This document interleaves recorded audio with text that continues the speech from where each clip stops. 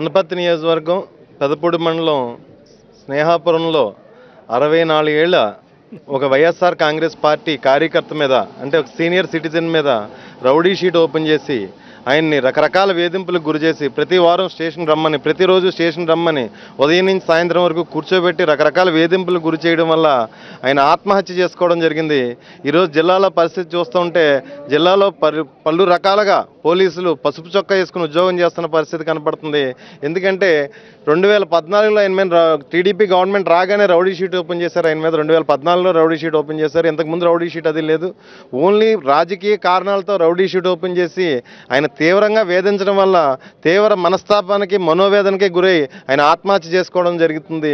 ప్రతి దానికి ఈ రకమైన వాటికి సమాధానం చెప్పవలసిన అవసరం ముఖ్యమంత్రికి చంద్రబాబు నాయుడుకి ఉంది. తప్పకుండా వైఎస్ఆర్ కాంగ్రెస్ పార్టీ రానున్న రోజుల్లో జగన్మోహన్ రెడ్డి గారు ముఖ్యమంత్రి అయిన తర్వాత మీ నోటంటే ప్రతి దానికి కూడా మేము సమాధానం రాబడతామని చెప్పేసి తెలియజేసుకుంటున్నాం. మరి సేహాపురాన్ని ఆత్మహత్య చేసుకోవడం గల కారణం మరి పోలీసు వేధింపులని పక్కాగా తెలుస్తూ ఉంది. ఒక 65 సంవత్సరాల వృద్ధుడి మీద మరి రౌడీ షీట్ ఓపెన్ చేయడం అంటే, అందులోకి సీనియర్ సిటిజన్ మీద రౌడీ షీట్ ఓపెన్ చేయడం అంటే మరి యొక్క తెలుగుదేశం ప్రభుత్వానికే చెందింది. మరి తెలుగుదేశం ప్రభుత్వం చేస్తున్నటువంటి అరాచకాలు ముఖ్యంగా ఈ జిల్లాలో మరి ఎక్కువైపోయినాయి. మరి దోపిడీలు అవ్వచ్చు, హత్యలు అవ్వచ్చు, అరాచకాలు అవ్వచ్చు, మొత్తం అంతా కూడా తెలుగుదేశం ప్రభుత్వం చేస్తూ ఉంది. రాబోయే ఎన్నికల్లో ఎన్నాళ్ళు కూడా ప్రజలు ఈ తెలుగుదేశం ప్రభుత్వానికి సరైన గుణపాఠం చెప్తారని మేము ఆశిస్తాం. జిల్లాలో అయితే చాలా దారుణంగా వైఎస్ఆర్సీపీ కార్యకర్తల మీదే రౌడీ షీటర్లు ఓపెన్ చేయడం అన్నది తెలుగుదేశం ప్రభుత్వానికే దక్కింది. ఈ కేసు అనపర్తిలో జరిగిన ఈ కేసు నిదర్శనం అనేసి నేను తెలియజేస్తున్నానండి. ఖచ్చితంగా తగిన మూల్యం చెల్లించుకోవాల్సి తప్పదు. ప్రభుత్వం అయితే ఇంత దారుణమైన పరిస్థితి, ఒక 65 ఏళ్ళ పెద్ద ఆయన మీద రౌడీ షీటర్ ఓపెన్ చేసి వాళ్ళ కొడుకుల మీద ఓపెన్ చేయడం అనేది కరెక్ట్ కాదు. చంద్రబాబు నాయుడు గారికి రాబోయే రోజులు ప్రజలే బుద్ధి చెప్తారు.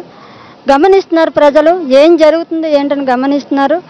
దాని ఖచ్చితంగా మహిళల మీద రక్షణ లేదు.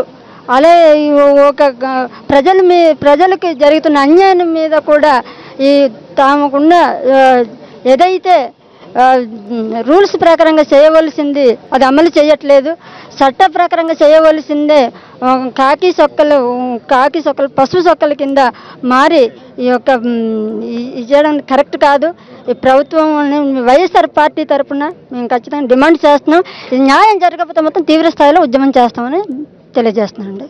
జరిగిన సంఘటన 64 సంవత్సరాలు వయసున్న అతని మీద కూడా రౌడీ సీటు ఓపెన్ చేశారంటే ఎంత దారుణంగా ఉన్నదనేది. ఇలాగా ఒక అనపర్తి నియోజకవర్గం కాదు, జిల్లా ప్రతి నియోజకవర్గంలో ఈరోజు పోలీసు పహారాలు స్థానిక శాసనసభ్యులు ఎవరైతే ఉన్నారో వారి యొక్క తెలుగుదేశం కార్యకర్తలతోటి కేసులు పెట్టించి, వైఎస్ఆర్సీపీ కార్యకర్త అంటే చాలు వారి మీద కేసులు పెట్టించడం, వారిని భయభ్రాంతులు చేసి వేధించి భయభ్రాంతులు చేసి ఈ రోజున ఆ పార్టీ వదిలిపోవాలనే కాడికి ఈ రోజున ఈ తెలుగుదేశం యొక్క పాలన విధానం ఉంది. దీన్ని ప్రజలు గుర్తిస్తూ ఉన్నారు. ప్రజలు తప్పనిసరిగా తెలుగుదేశం పార్టీ మీద కక్ష ఏదైతే ఉందో ప్రజల్లో ప్రతి ఒక్కరూ గమనిస్తూ వారికి చమరగీతం పాడే రోజులు త్వరలో ఉన్నాయి. వైఎస్ జగన్మోహన్ రెడ్డి గారు వస్తే మా కష్టాలు కడతేరతాయనే అభిప్రాయంలో ఈరోజు ప్రజలు ఉన్నారు. ఆ రోజు త్వరలో వస్తుందని చెప్పేసి మీ అందరికీ కూడా తెలియజేస్తా ఉన్నాం. పోలీసులు అంటే పోలీసు వ్యవస్థ కూడా ప్రత్యేకంగా ఈ ప్రభుత్వానికి కొమ్ముకస్తూనే ఉందండి. వాళ్ళు కనీసం ఏ విధంగా స్పందిస్తున్నారంటే, కనీసం మనం ప్రజల కోసం సేవ ఉంటున్నాం, ప్రజల కోసం కనీసం స్పందించడం లేకుండా గవర్నమెంట్ ఈరోజు ఏం చెప్తుందో అది కక్షాందోళనలు సాడిస్టుల కింద ప్రవర్తిస్తున్నారు. ముఖ్యంగా ఈ రాష్ట్ర ముఖ్యమంత్రి సాడిస్ట్ కింద ఒక సైకో కింద ప్రవర్తిస్తున్నారు. అతి త్వరలో తన అధికారాన్ని కోల్పోతానని తెలుసుకుని ఏం చేయాలని చెప్పి దాన్ని రేపొద్దున జగన్ గారిని తట్టుకుని ఎలాగని చెప్పి ఆలోచించి భౌతికంగా, శారీరకంగా, మానసికంగా అన్ని విధాలు కూడా ఈరోజు వైఎస్ఆర్సీపీ కార్యకర్తల నాయకుల మీదకే దాడి చేస్తున్నారు. ఈ దాడి కాలం ఎల్లకాలం సాగదో ఎత్తుపడి చాలా దురదృష్టంగా 64 సంవత్సరాల వయసు మీద నువ్వు రౌడీ షీట్ ఓపెన్ చేసి ఏ విధమైన సాంకేతం ఇస్తామని చెప్పి ప్రజలు అడుగుతున్నారు. పర్టికులర్గా తెలుగుదేశం పార్టీ, వైఎస్ఆర్ పార్టీ యొక్క గాలిని తట్టుకోలేక పోలీసులను ఉపయోగించి కార్యకర్తలు కానీ నాయకులు కానీ వాళ్ళని ఇబ్బంది పెట్టే కార్యక్రమం చేయడం జరుగుతుంది. ముఖ్యంగా గత 2-3 నెలల నుంచి 2014 ఎలక్షన్లు అయిన తర్వాత తూర్పుగోదావరి జిల్లాలో ఉన్నటువంటి కాన్స్టిట్యున్సీస్లో ఎంతమంది రౌడీ షీట్ల మీద ఓపెన్ చేశారో చూడండి. అందరూ కూడా వైఎస్ఆర్ పార్టీకి సంబంధించిన కార్యకర్తలే.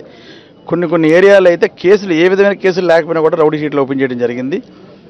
ఇది సమంజసం కాదు. ప్రజాక్షేత్రంలో ఉన్న అందరూ ఈరోజు మీరు పరిపాలన ఉండొచ్చు, రేపు మాది పరిపాలన ఉండొచ్చు, ఎవరిది పరిపాలన ఉన్నా కూడా సక్రమంగా ఉండాలి, వ్యవస్థ సక్రమంగా ఉండాలని చెప్పి నేను కోరుకునేది. సత్యనారాయణ ఆయన వయసు దగ్గర సుమారు 64 సంవత్సరాలు. అంత వయసు ఉన్నవాడి మీద రౌడీ షీట్ ఉండటం, రౌడీ షీట్ ఓపెన్ చేయడం, ప్రతి ఆదివారం మరలా కొత్తగా ఈ మధ్యకాలంలో ప్రతి ఆదివారం రౌడీ షీటర్లు వచ్చి స్టేషన్కి రావాలని, కంప్లైంట్ సంతకాలు పెట్టాలని, గతంలో ఎప్పుడు లేదు. 5 నెలలకు 6 నెలలకు ఒకసారి వెళ్ళటం, షీటర్లందరినీ కౌన్సిలింగ్ చేయడం, సంతకాలు తీసుకోవడం, పంపడం జరుగుతుంది. ప్రతి వారం అనేటప్పటికీ చాలా ఇబ్బందికరమైన వాతావరణం. ఇవన్నీ కూడా కేవలం రేపు రాబోయే ముద్రగడ పద్మనాభం గారి పాదయాత్ర గురించి కానీ, అదేవిధంగా వైఎస్ఆర్ పార్టీ ప్రజల్లోకి వెళ్ళటం కానీ ఇవన్నీ కూడా ఆలోచించుకునే ఈ యొక్క రౌడీ షీట్లు, ముఖ్యంగా వైఎస్ఆర్ పార్టీ మీద ఉన్నటువంటి రౌడీ షీట్లను అందరినీ ఈ విధంగా హెరాస్ చేయడం జరుగుతుంది. తప్పని దీన్ని ఖండిస్తాం. జిల్లా నాయకుల కనబాబు ఆధ్వర్యంలో ఒక ప్రణాళిక చేసుకుని ఏ విధంగా ఉద్యమించాలో ఆలోచించి తప్పకుండా ఉద్యమించడం జరుగుతుంది. వనపర్తి నియోజకవర్గంలో ఏ కేసు పెట్టినా ఏమైనా కూడా ఎమ్మెల్యే గారు ఏం ఫోన్ చేస్తే ఆ మనిషి అక్కడ ఉన్నా లేకపోయినా, ఆ సంఘటనలో తనకు సంబంధం ఉన్నా లేకపోయినా, ముఖ్యంగా SC ST atrocity case, attempt murder, ఇంక అటెంప్ట్ రేప్ కూడా పెట్టడం జరిగింది. ఎమ్మెల్యే ఏది చెబితే అది ఈ పోలీసులు కూడా కాకి చొక్కాలు వేసుకున్న తెలుగుదేశం కార్యకర్తలాగే పనిచేస్తున్నారు కానీ ఒక గవర్నమెంట్ సర్వెంట్స్ లాగా వాళ్ళు లేరు. ఇక ఈ శాహపురం విషయానికి వస్తే 64 ఏళ్ల వృద్ధుణ్ణి సత్యనారాయణ అన్న వ్యక్తి 64 ఏళ్ళు, అతని కుమారుడి మీద కూడా రౌడీ షీట్లు ఓపెన్ చేయడం అయింది. ఏం చేతనంటే వాళ్ళ వైఎస్ఆర్ కాంగ్రెస్ పార్టీ సానుభూతి పరులు అన్న ఉద్దేశంతో ప్రతి వారం రమ్మని ఈ కౌన్సిలింగ్ అని ఈ మర్డర్ చేసిన వాళ్ళతోటి వీళ్ళతోటి పక్కన కూర్చోబెట్టి చేయడంతో ఆయన తీవ్ర మనస్తాపం చెంది కుటుంబం పరువు పోతుంది, వారం ఇప్పటికే కోర్టులకు తిరుగుతున్నాం, మళ్ళీ పోలీస్ స్టేషన్ కూడా తిరిగితే మన పరువు పోతుందన్న ఉద్దేశంతో అతను మనస్తాపం చెంది ఆత్మహత్య చేసుకున్నాడు. దీనికి ముఖ్య కారణం ఎవరంటే ఈ రౌడీ షీట్లు పెట్టడానికి ముఖ్య కారణం స్థానిక ఎమ్మెల్యే రామకృష్ణారెడ్డి. కాబట్టి రామకృష్ణారెడ్డి మీద ఎఫ్ఐఆర్ ఇవ్వాలి, అదేవిధంగా వీళ్ళని వేధించిన ఎస్ఐని సస్పెండ్ చేయాలని, మరియు ఈ రౌడీ షీట్లన్నింటినీ కూడా ఒకసారి రివ్యూ చేయాలని మా వైఎస్ఆర్ కాంగ్రెస్ పార్టీ తరఫున డిమాండ్ చేస్తున్నాం. మరి చంద్రబాబు ప్రజాపక్షం పాలిస్తలేదు, రాక్షస పాలన చేస్తున్నాడు. కేవలం ఈ రోజున పోలీసులు చూస్తుంటే ఒక రక్షక భటులుగా ఉండాల్సిన వాళ్ళు ఒక రాక్షస భటులుగా తయారయ్యారు. మరి ఈ రోజున పరిపాలన చూస్తుంటే చాలా దారుణంగా ఉంది.